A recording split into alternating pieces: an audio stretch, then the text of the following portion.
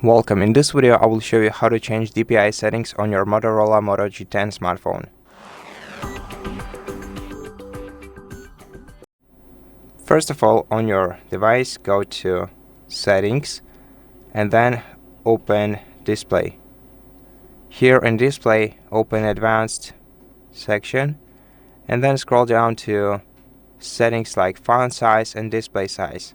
Now, in font size, we can change the size of the text on our smartphone by moving the slider to the right to make this text larger, or to the left to make it smaller. Once you leave this menu, the changes will be applied.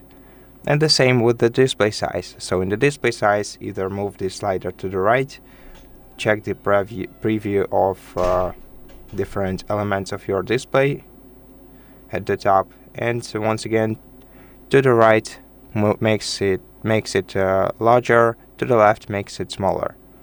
Once you leave this menu, the changes will be applied.